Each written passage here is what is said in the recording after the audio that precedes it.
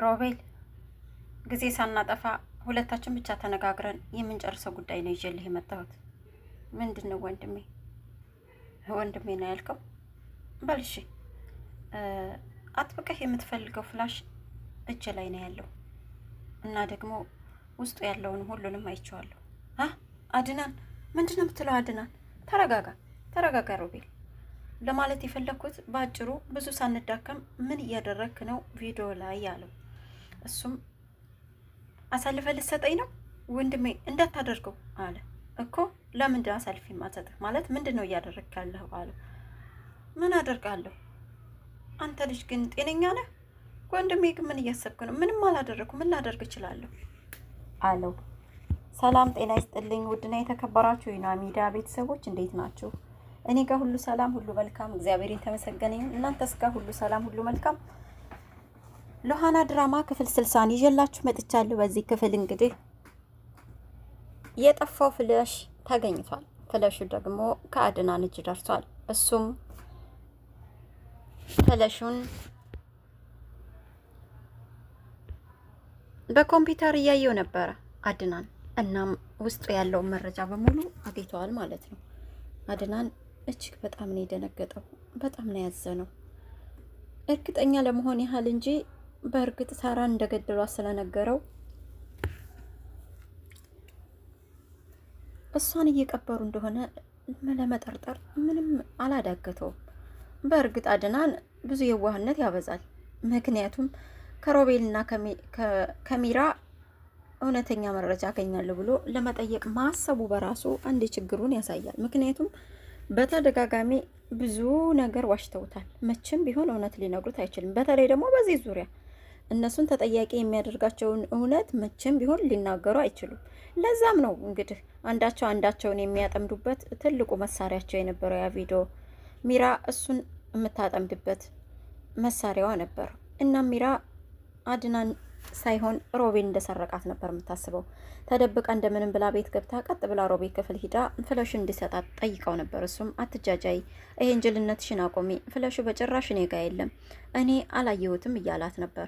እሷም አላመነችውም ነበር። በመጨረሻ ማስረግጦ ሲነግራት እንደምንም ብላ ተደብቃ ምኝታ ክፍላቸው ሄደች። ስትሄድም አድናን ሲያይ ቆይቶ ኮምፒውተሩን እዛው አልጋው ላይ ጥሎት እንደወጣ ነበር የደረሰችው። ፖርሳን ስታ ፖርሳውን ቼክ ማድረግ ጀመረች። አጣችው። ፍለሽ የሚባል ነገር የለም። በመጨረሻም አድናን ኮምፒውተር ላይ ጭኖት ይሆን ብላ ዘወር ስትል ኮምፒውተሩ አልጋ ላይ ቁጭ ብሏል። አሀ ከዚህ ክፍል ቶሎ አምልጭ ሚራ፣ ይሄ ነገርማ በትክክል ኮምፒውተሩ ላይ ጭኖ አድናን አይቶታል ማለት ነው። ወይኔ ጉዴ ሚራ፣ ወይኔ ጉዴ፣ አምልጭ ከዚህ በገዛ እግርሽ መተሽ እስር ቤት ገባሽ ሚራ፣ አምልጭ እያለች ለራሷ እየተርበደበደች ወታ ከቤት ልትሄድ ስትል በድንገት አድናን ንቅ አረጋት። እየፈለኩሽ ነበር፣ እንኳን አገኘሽ፣ ግቢና እናውራ አላት። ሚራም እንግዲህ እየተርበደበደች ነበረ። ምን እንደሚያንቀጠቅጥሽ? ወይኔ ጉዴ አድናን እባክህ፣ እኔ ምንም አውቀው ነገር የለኝም፣ መቼም ጉዳይ አያጣኝም፣ እኔ ምንም አላውቅም አለችው። ምን ሆነሻል ሚራ? እኔ እኮ ምንም ነገር የጠየኩሽ ነገር የለኝም፣ ምንድን ነው እያወራሽ ያለሽው አላ ነው እንዴ? ያው መቼም ሁሌ ችግር ነው። አንተ ለእኔ ጥሩ ነገር አትነግረኝም ብዬ ሁሌም ራሴን ችግር ውስጥ ነው የማገኘው። ማለቴ ለችግር የተፈጠርኩ ሰው ነኝ አለችው። አድናንም ተረጋጊ ባክሽ፣ ማንም ሰው ለችግር አልተፈጠረም። ችግሩን የሚፈጥረው ራሱ የተፈጠረው ሰውየው ነው። ስለዚህ የችግር ፈጣሪዎቹም እናንተው ራሳችሁ ናችሁ አላት። እኔ ምንም አላውቅም አለች። እኮ ለማንኛውም ግቢና እናውራ አላት። እሷም አድናን የድሮ አድና አይደለም። አሁን ተከትየው ገባ ምን ሊያደርገኝ እንደሚችል አላውቅም። የድሮ አድና ቢሆን እንኳ ገባ ነበር። አሁን እዚህ ውስጥ ማገት ምናምን የሚባል ነገር ስላለ እኔ ልገባ አልችልም። አይ አድናን፣ አንተ እኮ ያው ፍቅረኛ ምናምን የሚባል ነገር ውስጥ ገብተህ የለ ደግሞ ሎሃና ብታይ ጥሩ አይደለም። አንተና እኔ እኮ አንድ ክፍል ውስጥ የመሆን እንትን አይገባንም አለችው። አይመለከትሽም፣ ደግሞስ ምንም ችግር አይመጣም፣ ግቢ አላት። ሎሃና ብታይ ግን ጥሩ ነው፣ ይሄ ነገር ጥሩ አይሆንም። ሎሃና በጣም ነው የምታዝንብህ አለችው። እሱም ስለማያገባሽ ነገር አትቀባጥሪ፣ ግቢ ብዬሻለሁ፣ ግቢ አላት። አይ አድና፣ እዚህ እናውራ፣ እኔ እዛ መግባት አልፈልግም፣ ጥሩ አይደለም ያኮ፣ እዚህ እንሆን አለችው። ግቢ ብዬሻለሁ፣ ግቢ ብሎ እጇን ይዞ እየጎተተ አስገባት። እናም ውስጥ ስላየው ፍለሽ እያንዳንዱ ነገር ቢጠይቃትም በጭራሽ ብላ ሽምጥጥ አርጋ ካደች። እሱም እንደዛ ከሆነ ታዲያ ለምንድን ነው ፍለሹን አጥብቀሽ ስትፈልጊ የነበረው እኔ እንዳላየው ወይም ደግሞ ሮቤልን ስታስፈራሪው የነበረው? ፍለሽን አድና ቢያየው እያልሽ ስታስፈራሪው የነበረው ለምንድን ነው አላት። እሷም እኔ አላልኩም፣ ደግሞ ዝም ብዬ ነው። ምን ሊሆን ይችላል? ደግሞ አስፈላጊም ከሆነ የቪዲዮ ባለቤት ራሱን አትጠይቀውም እንዴ አለችው። ምክንያቱም ደግሞ እሱ ተግባሩን ሲያደርግ አንቺ ደግሞ ቁመሽ እየቀረጽሽ ስለነበር ለምን እንደቀረጽሽ በደንብ ስለምታውቂ ነው አላት። እሷም አንተ ያመሃል እንዴ? ግን እኔ ምንም አላውቅም። እኔ ደግሞ አልቀረጽኩትም። ማን ይቀርጻል እያለህ? እኔ አልቀረጽኩም አለችው። ንገሪ፣ ሳራን እየቀበራት ነው አይደል? በስመ አብ! አንተ ግን ምን ሆነሃል አድናን? ኧረ በስመ አብ በል አንተ ራሱ በስመ አብ በል። ምንድን ነው የምታስበው? እንዴት ይሄንን ትላለህ? አለች። ተይ እባክሽ፣ የእናንተ እኮ ክህደት ማለቂያ የለውም። ሳራ ሞታለች አይደል አላት። አዎ እሱማ ሞታለች አለችው። ስለዚህ እየቀበራት ነው አይደል አላት። አላውቅም ነው እኮ ብለህ አላውቅም።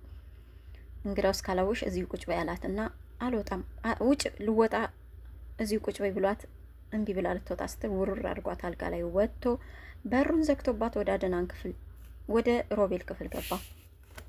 በምታዩት መልኩ አልጋ ላይ ቁጭ ብሎ ሮቤል፣ አሁን ብዙ ጊዜ ሳንፈጅ ቀስ ብለን ተነጋግረን ወደ ውሳኔና ወደ ትክክለኛው መረጃ የምንሄድበት ሰዓት ደርሷል። እናም አሁን የምጠይቅህን እያንዳንዱን ነገር በግልጽ መልስልኝ አለው። ምንድነው ወንድሜ? ምንድን ነው አለው። አንተ አጥብቀህ የምትፈልገው ፍለሽ እጅ ላይ ነው ያለው። እናም ደግሞ እጅ ላይ ብቻ መሆኑ ሳይሆን ውስጥ ያሉትን መረጃዎች በሙሉ አይቻቸዋለሁ አለው። ወንድሜ ተው እንዳታደርገው፣ አሳልፈህ ልትሰጠኝ ነው አለው። ተረጋጋ፣ ስለምን ማሳለፍ ነው የምታወራው አለው። አይ ወንድሜ አለው። እኮ ወንድሜ አትበልና እና ምን እያረክ ነበር አለው። ምን አደርጋለሁ እንዴ? ምን አደርጋለሁ አለው። እና ለምንድን አሳልፈህ ትሰጠኛለህ የምትለው? አሁን በግልጽ ንገረኝ። በእርግጥ እውነት እንደማታወሩ ሁለታችሁንም በደንብ አውቃለሁ፣ ግን ቢያንስ አሁን ላይ የመጨረሻው ሰዓት ስለሆነ እውነቱን ለመናገር ከደፈርክ ብዬ ነው አለው። አይ በጭራሽ ምንም ምነግርህ ነገር የለኝም ወንድሜ። እውነት ምነግርህ ነገር ቢኖር አንተ እንደምታስበው ደስ ይለኝ ነበረ፣ ግን ምንም የሌለ ነገር ስለሌለ እውነት ነግሬ ላስደስትህ አልችልም። ያለኝ እውነት ምንም ነገር የለም ነው።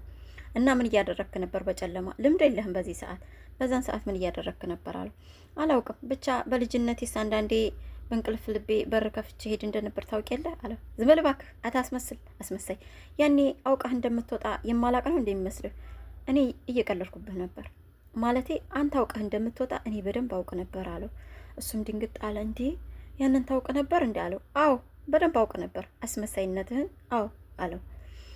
እና ወንድሜ ምን ልታረግ ነው አለው። እማደርገውማ ለእኔ እውነቱን መናገር ካቃተህ ሳራን እንደገደልካትና እንደቀበርካት እኔ በደንብ ገብቶኛል፣ ግን ደግሞ ይሄንን ነገር ለፖሊስ መስጠት አለብኝ አለው። እሱም ማለት ወንድሜ ለፖሊስ ሰጥተህ ምን ልታረገው ነው? ለፖሊስ ሰጥቼማ እዚህ ላይ ያለውን መረጃ አጣሩልኝ ምንድን ነው ማለት ብቻ ነው የሚጠበቅብኝ አለው። አታደርገውም ወንድሜ። እንዴ ምን ሆነሃል? እኔ እኮ ወንድምህ ነኝ አለው። አላቅም፣ ማድረግ የምችለው ይሄንን ብቻ ነው ብሎ በሩን ከፍቶ ጥሎ ሲወጣ ሮቤል ደግሞ ቀበቶውን ፈቶ በቀበቶው አድናንን አነቀው። አድናንን ሊገለው እየታገለ ሉሃና ደግሞ ከውጭ እየገባች ነበርና በድንገት እየታገለው ስታይ የኮካ ጠርሙስ አንስታ አድናንን መታችው። ሮቤልን መታችው። ሶሪ ሮቤልን ስትመታው እንግዲህ ሮቤል ወደቀላት ማለት ነው። የዛኔ አድናንም ነጻ ወጣ።